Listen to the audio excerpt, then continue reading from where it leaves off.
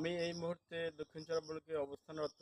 তো আমি কৃষকের বাসায় আসলাম। এই কৃষকের ২-৩ টা নারিকেল গাছ। এই নারিকেল গাছে বিভিন্ন রোগ আক্রান্ত হয়ে গেছে। একটা নারিকেল গাছ বড়। নারিকেলটা আবার মানে ছোট, ছোট হয় এবং গুটি, গুটি হওয়ার পর ঝরে পড়ে। এবং ২টা নারিকেল গাছে আবার দেখা গেছে পাতা পড়া রোগ হয়েছে। তো সম্মানিত ভিউয়ার্স, আমি মূল পর্বে আসতেছি। এই যে দেখতে পাচ্ছেন আমরা নারিকেল গাছ, এই নারিকেল গাছের পাতাগুলো একটু দেখাও।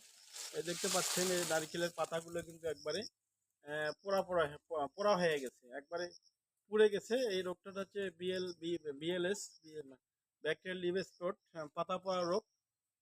বিএলএস এবং আহ, পচা পচা রোগ, পচানি রোগ, বিভিন্ন ধরনের রোগে আক্রান্ত হয়ে গেছে। এই রোগগুলা আসলে নারিকেল গাছের জন্য খুবই সমস্যা। দেখতে পাচ্ছেন ভিউয়ার, যে অনেকগুলো নারিকেল মানে পাতা কিন্তু একবারে পাতা পুড়ে গেছে, একবারে পুড়ে গেছে। এবং কিছু যে পাতা হলুদ হয়ে গেছে। পাতা পড়া, এই রোগগুলোর নাম হচ্ছে পাতা পড়া রোগ এবং হলুদ হওয়া রোগ এবং পচানি রোগ। নারিকেল গাছের এই রোগগুলো হয়ে গেলে কিন্তু ফলন গাছের অনেকাংশে কমে যাবে।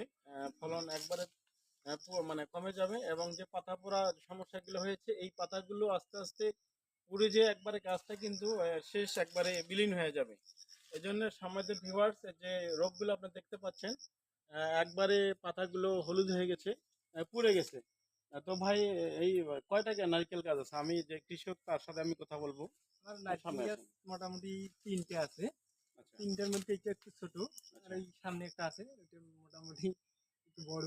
ওইটারও অবস্থা তাই। আর এক নারকেলের গাছ আছে আমাদের, আচ্ছা, প্রায় হাইট তো প্রায় ৫০-৬০ হাতের মতো হবে। আচ্ছা, আচ্ছা, প্রচুর বাধা আসে, ফল হয় না, আচ্ছা, শুধু গুটি গুটি হয় আর ঝরে আচ্ছা, ঝরে পড়ে, গুটি গুটি হয় আর ঝরে পড়ে।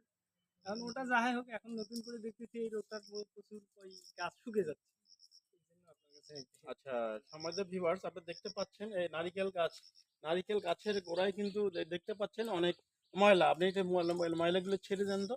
এই ময়লাগুলো কিন্তু মানে আমাদের মানে পরিষ্কার করতে হবে। এই ময়লাগুলো রাখা যাবে না গাছের গোড়ায়। যেন পচন ধরছে, এই পচনগুলো কিন্তু এই ভিতরে কিন্তু অনেক দেখা গেছে আপনার মাছি, বিটল পোকা আছে, মাছি পোকা আছে এবং অনেক পিঁপড়া আছে। এই পিঁপড়েগুলো কিন্তু অনেক গাছের ক্ষতি করে বসে। এই জন্য সম্মানিত ভিউয়ার্স, এই এই যে ইয়াগুলা আমরা যে ময়লা আবর্জনাগুলো আছে, এই আবর্জনাগুলো একটু নিচে দেখাও।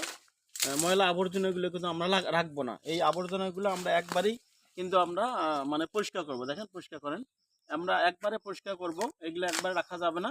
এর ভিতরে কিন্তু দেখতে পাচ্ছেন ভিউয়ার, অনেক কিন্তু পোকা বের হচ্ছে এবং অনেক পিঁপড়াও আছে। এই পিঁপড়াগুলো থেকে রেহাই পেতে আমরা নিম্নলিখিত পদ্ধতি ব্যবহার করতে পারি। যেমন জৈব বালাইনাশক আমরা ব্যবহার করতে পারি, এটা জৈব প্রযুক্তিভাবে। যেমন আমরা এখানে তামাকের গুঁড়া, জান্দিমের গুঁড়া এবং হলুদের গুঁড়া, এবং এখানে আমরা বিভিন্ন পাউডার, যে কাপড় কাচা পাউডারের গুঁড়া আমরা মিশ্রিত করে আমরা যদি হ্যান্ড ওয়াশ দিয়ে স্প্রে করি, তাহলে কিন্তু এই পোকাগুলো থাকবে না। দেখতে পাচ্ছেন ভিউয়ার্স, অনেক কিন্তু পোকা বের হচ্ছে। এই পোকাগুলো কিন্তু আমাদের করতে হয়, পরিষ্কার করে ওই হ্যান্ড ওয়াশ দিয়ে আমরা স্প্রে করতে পারি, যেটা জৈব বালাইনাশক বললাম।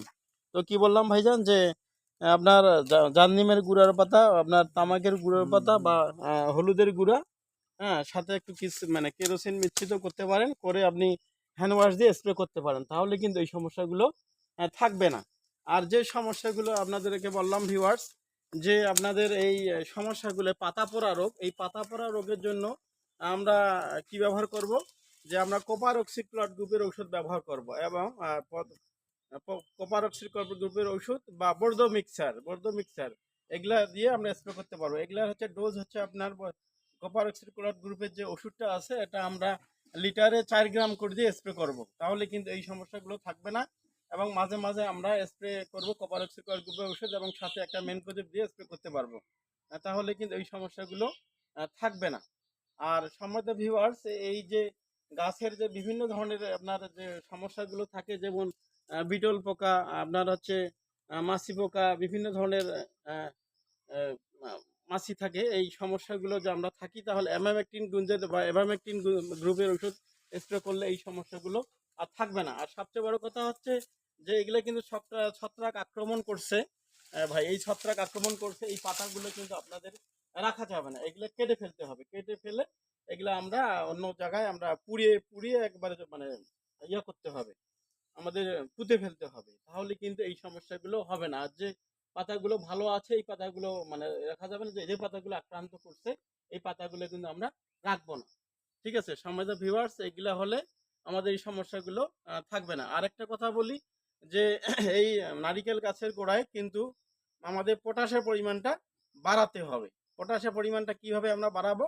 আমরা যে বাজারে যে পটাশ সার পাওয়া যায়, এই পটাশটা আমরা পরিষ্কার করে গোড়া দিয়ে আমরা কি পুঁতে দিব, বা এটাও করতে পারি। এবং যে পটাশ আমাদের জৈব বালাইনাশক যে ছাইয়ে যে আমাদের পটাশ আছে, এই ছাইটাও আমরা ব্যবহার করতে পারি। তাহলে পটাশের পরিমাণটা বাড়াতে হবে। বাড়ালে কিন্তু এই সমস্যাগুলো আর থাকবে না। আর যে সমস্যার কথা বললাম যে আপনার যদি নারিকেল গাছের পাতা অনেক সময় যে গাছ মানে নারিকেল গুটি গুটি হয়ে নারিকেল কিন্তু অনেক সময় পড়ে যায়। এই পড়ে যাওয়ার কিন্তু বিভিন্ন কারণে পড়ে যায়, যেমন টিএসপি এর কারণে অনেক সময় নারিকেল গাছের ফল থাকে না এবং ফল ঝরে যায়। এই জন্য টিএসপির পরিমাণটা আমরা বাড়াবো। গাছের গোড়ায় টিএসপি সার এবং জৈব সার, কম্পোস্ট সার, ভার্মি কম্পোস্ট এগুলো দিয়ে আমরা আশপাশে মানে দূর দিয়ে একটু পুঁতে দিব। তাহলে কিন্তু এই সমস্যাগুলো হবে না। আর আমরা ওইখানে জ্যাম্প্রো ব্যবহার করতে পারবো এবং ওর সাথে আমরা বেল্ট এক্সপার্ট ব্যবহার করতে পারবো, বা নাইট্রো, এসিমিক্স এগুলা দিয়ে, এই কীটনাশকগুলো দিয়ে রাসায়নিক জৈব রাসায়নিক কথা বলতেছি আমি। এই রাসায়নিক যে ঔষধগুলো আছে কীটনাশক এগুলা দিয়ে স্প্রে করলে অনেক সময় এই সমস্যাগুলো থাকবে না। তাহলে সম্মানিত ভিউয়ার্স, এই কাজগুলো আমরা করব। আর যে আক্রান্ত গাছগুলো হয়ে গেছে এই আক্রান্ত গাছগুলোকে আমরা যে ডালপালাগুলো সমস্যা হয়েছে এই ডালপালাগুলো আমরা অপসারণ করে অন্য জায়গায় পুড়িয়ে পুঁতে ফেলবো। তো সম্মানিত ভিউয়ার্স, আজকে এ পর্যন্ত। আমরা ভালো থাকবেন, সুস্থ থাকবেন।